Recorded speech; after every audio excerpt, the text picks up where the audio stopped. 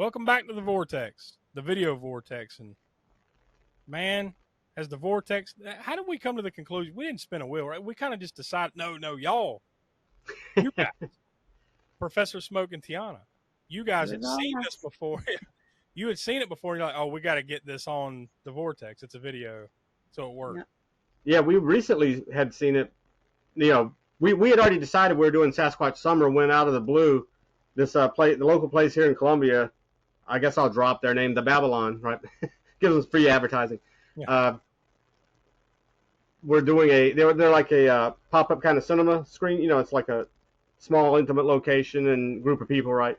Maybe 10 or 12 people were there watching this movie, and it was Suburban Sasquatch. I'd never seen it or even heard of it, but we're like, oh, it's Sasquatch Summer we're doing on the Spookshow coming up. We gotta go see this, check it out. And then immediately after watching it, we're like, yeah, this is we gotta get this on the video Vortex for Sasquatch Summer because and we gotta subject Josh to it. I will say, unfortunately, you didn't get to watch it in the same setting we did with a group of other like-minded horror fans and stuff. Yeah, so I probably didn't like it as much as y'all, but it's an abomination. It is horrible, but it's fun horrible. You know, to me, this is the kind of thing that we like, not only on the Vortex, but just on the All American Spook Show podcast. This is that kind of thing that we like to see, but you like to see it, like you said, this would be more of a watch-along type of movie to me. You know, to really, like you said, a like-minded crowd, all that kind of stuff. Yeah, or even just a group of friends in your living room with some beers or whatever, right?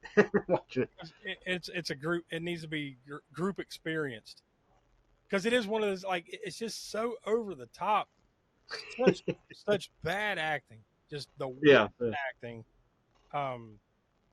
the shittiest computer generated graphics, whatever you want to call it. CGI, I don't know how you would say. I mean, I guess they're CGI. I mean, they're technically, I guess, the true technical term, computer-generated images. Yeah, they're that. Some of it literally looks like it was made in Microsoft Paint or or with like old school clip art from a CD or something. But some even worse than that. Well, all right, we got to mention the because the last one of the last things we did was a Grindhouse Gutter from Bigfoot from 1970, and on that poster, Bigfoot's holding a motorcycle over his head with a bike rider on the motorcycle falling off of it, like he's about to toss this motorcycle. Unfortunately, that never happened in the movie itself, but in this movie, I believe one of the poster arts for it or artworks, or whatever out there for it, is the Sasquatch holding a car over his head, right? And it looks very similar, or and somewhat similar to that Bigfoot 1970 poster. True, yeah. And that must have been what they were maybe kind of going for, was that aesthetic, because that is a very cool poster. Unfortunately, like I said, it doesn't happen in the Bigfoot 1970 movie, but in this movie, it is a scene with a Bigfoot holding a police car over his head, albeit the worst CG. Because the thing starts out as sort of a 3D looking. It's a police car, and the guy's in the police car, and it's an actual, literal car at that point. But then Bigfoot walks up to it, grabs it around whatever. He just grabs the car, and then the next scene is him lifting it above his head. This very bad CG image of, well, really it's just a CG, a cutout of the car itself, I think. And he goes to throw it. It's just a 2D image. Yeah. It's a picture of a car just floating over the Bigfoot's head.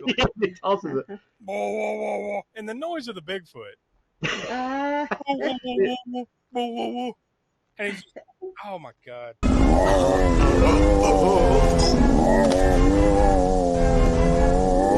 Yeah, and it's looped, right? He loops that. The Bigfoot noise is looped. It's not the entire movie. The only Bigfoot noise you hear is that one.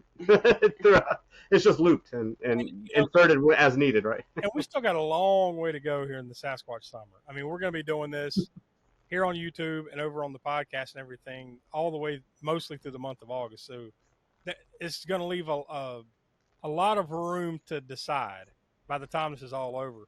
But this might be the front runner for the worst looking Sasquatch we've ever seen, right? Or best. No, kidding. But definitely an interesting look, right? He's got like these, I guess they're supposed to be buff pectorals, but they're almost so buff pectorals that and he's supposed to be a male, but they almost look like just straight up boobs, like female boobs. Almost. And then chiseled female boobs or something. Literally just glue like another apparatus of 6-pack on it. Yeah, the 6-pack too. He's got he's a jacked Sasquatch. Yeah. And his height, it seems like his height changes. Like in some scenes, it looks like he's damn near 10 foot tall, and then all of a sudden, it's just average man height. Yeah. Well, apparently he can just disappear at will as well. So, then there's that. Why not? I guess be whatever size he wants to be, or what. Are they just adding this myth, or is this like part of the lore of like? Well, I guess nobody's really seen a Sasquatch, so they can just kind of randomly walk away and disappear. Yeah. So is this really part of the lore on some level? I doubt it, but. Yeah, there's a lot of quote unquote lore going on in this one. There's the whole Native American angle of the girl, right, who takes on the warrior spirit of her ancestors. And in fact, there's a scene, a little scene that shows her. Is it her grandfather? Yeah. Who's kind of passing on some familial stuff to her, right? And there's an eagle, I guess, or a hawk or something. Whatever it is another terribly kind of rendered CG effect of a flying bird that you either assume is an eagle or a hawk. It's like they couldn't get access to like public library footage. Yeah, what stock footage? I guess you call it stock footage of an eagle flying around in the air or something. In 2004, there's stock footage. Like I'm sure there's a way they could have got like, let's just cut to real life National Geographic video. But no, they didn't do that. They just like shoot the sky and then like CGI this eagle or hawk or whatever it is. And it just kind of flies toward the screen at random. Yeah, especially at the near the very end, it flies right into the camera, and that's where I determined that I guess it was supposed to be an eagle because it had like a big yellowish gold yellow beak flying right into the camera. So they don't make it I guess it was supposed to be an eagle. It basically becomes their transition shot. Oh, we need to go from point A to point B, and I think the most clever way to get there is to change the let's just show the hawk. All right, now let's cut to the next scene. Also, wasn't there a scene at the very beginning, near the very beginning, when you're first introduced to the Sasquatch, is not that far, I mean, maybe a minute into the movie. Isn't there a shot of the moon? But not the... Now, there's a shot of the moon, again, in the 1970 Bigfoot movie we were talking about. It's very lackluster because it's the actual moon. They didn't try and do a model of it, and they just kind of zoom into it, but with the camera they were using... It didn't go very close. It basically looks like you hold your basic cell phone up to the moon and zoom in on it. It's very lackluster. It doesn't look, it's not very, doesn't have a presence, right? But in this movie, in Suburban Sasquatch, they actually made a model of the moon, I believe. It's in the very beginning of the movie, right after the Sasquatch attacks the first people. And I guess before it goes, maybe, does it go to credits? Is there credits in the beginning? I can't remember.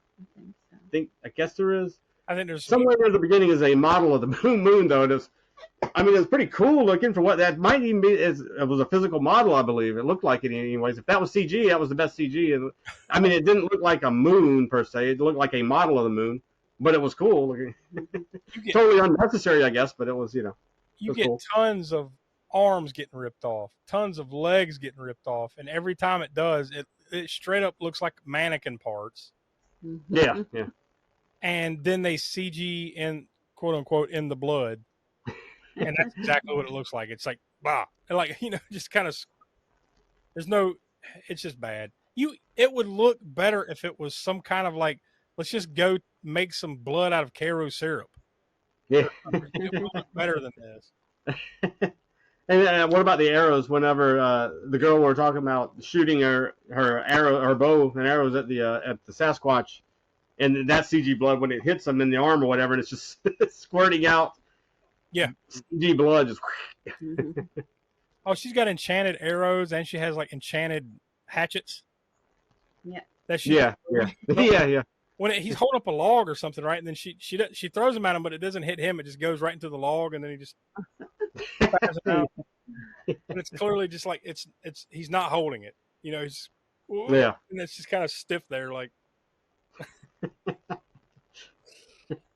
This movie is ridiculous. And honestly, I think the worst part was that it is so long. Yeah, I was thinking that too. It's a good hour and almost an hour and 50 minutes, hour and 40-something minutes, right? Hour 37. Oh, hour and 37. Yeah, but it's more like with credits and everything. It's closer to hour 40, but that's way too long for this. Yeah, there's a little bit, I guess, that you could say that could be true. Well, first of all, there's that whole love angle between the girl. I can't think of her name right now. The Native American girl and the other guy, the white guy. I can't think of his name. Those two have this like that takes up probably, I don't know, 10 minutes of screen time, if not more, throughout the entirety of the movie of him trying to talk her out of, them saving each other, right? Because he has to be saved and healed and then brought back, and then he tries to talk her out of going further because, they're falling in love or whatever. I don't want you to do that. You get killed. You might get killed. And if that goes on for a while, then they have a scene where she almost gets killed, and then he has to bring her back, sort of use the healing stuff or whatever, and then he goes through the same spiel again. So yeah, that maybe could have been trimmed down a little bit, tighten it up. Cut out 10 or 15 minutes of that bullshit, and then cut out 10 or 15 more of him just getting ragged for wanting to be a journalist. Oh, yeah. Everybody just crapping on this dude's choice of career. Just cut that out. That's like 30 minutes out of this thing that didn't need to be there. Yeah. We could have gotten more arm ripping. Yeah, there was quite a few scenes of him at the newspaper office too, right? Yeah, just like this guy, like his editor or whatever it is, basically doesn't believe in him. So like, it's just a whole subplot of like, who cares? Why are we talking about this? Get back to the Sasquatch. Yeah, it is nutty. It is nutty, and I really think this is that kind of movie that needs to be seen. But like we said off the beginning, it needs to be seen, I think, with a group of people. Yeah. Really appreciate it. At least two of you, I mean, you can watch it by yourself and get, you can laugh or whatever and get some, some entertainment out of it. Yeah, because you saw it by yourself, right? Yeah, I did. Yeah, you can do that. I laugh, but I think it would have been funnier if you guys were sitting next to me or someone else. Yeah, see, this would have been a fun movie to have done a group thing together with. For sure. And Donnie and Will haven't been hanging around as much lately, so maybe this is one of those kind of movies, like when we talked about Night of the Demon. This kind of movies that we can inflict upon them, kind of thing. Like inflict upon them that they'll be like, well, now I know why I'm staying away a little bit. Yeah. Now we know why we're all us. Yeah. Oh, this is definitely that kind of movie where you're about halfway through it and you're like, God, why are we doing this? Like this whole thing, why are we doing this? Why do I even watch movies? Yeah, you question yourself as a movie watcher. So what we do here is we give a video Vortex rating. It's 0 through 10. We kind of do a group rating. We talk about it beforehand, and we came up with the number of 5. And that's being generous, just because when it is hilarious and goofy, it's top notch. But everything else sucks. So it's like 5 is probably good because the good stuff is hilarious, but the bad stuff is so bad you never want to witness it again. It's like there's no in between. So the only fair rating is to put this in between. Just sandwich the rot from the good roast beef, and somewhere in the middle, if that makes sense, is where this thing lies. So I think a 5 is pretty fair. Yeah. I mean, it's true. Yeah, you do have to slog through some stuff to and it is but at least it's not like it's all on the front end or all on the back end or all in the middle like sometimes happens. It's spread out through the entirety of the movie. So yeah, so there you go. I think it's a good start here at least for the video Vortex portion of the Sasquatch Summer. I think this is you guys chose or recommended a good one here. Now we'll see next month if it's any better. I don't know. I doubt it. I don't have high expectations, but we'll see. You never know. We've been surprised here a few times, especially on the Vortex. So we spun it out of what we had there, and we decided to land on Bigfoot, The Unforgettable Encounter from 1995. Now, this looks like more of a kid's movie. So I'm thinking this will be more in the vein of what we watched a few months back during the Polar Predators event, To Catch a Yeti. Remember the Meatloaf? Yeah. Movie? I think it's going to be something closer to that than Suburban Sasquatch, right? Oh, yeah. And none of us have seen it before. And the only reason, I think in our group chat, I think I posted a picture of is the kid from Home Improvement, right, on the shoulders of a Bigfoot. Yeah. That's all we had to go on. I'm like, okay, I feel like I need to see this movie. It might be absolutely lousy, and I'm sure it will be. Yeah. But there's at least enough there to entertain us like Suburban Sasquatch, right? So yeah, I guess that's where we'll leave it. So like we said, all through the summer, mainly on the All American Spook Show podcast, which you can catch every Monday at 6 p.m. East, wherever you get your podcast, or right here on the YouTube channel. We're going to be talking about Sasquatch movies all summer long, but definitely here on Video Vortex and over on Grindhouse Gutter right here on the YouTube channel. So stay here, check out everything we got, and then come back every week for the weekly podcast, and you'll get your Sasquatch fill. Your belly will be full. with Big Feet Fun by the time the summer is over. I'm sure we will have had our fill and want to never watch another Sasquatch movie for the rest of our days by the time we get to August. So, for Tiana and the Professor Smoke, I'm Josh. Go check out aaspookshow.com and stay here on the channel. And we appreciate you. And we'll talk to you next month. Dear God!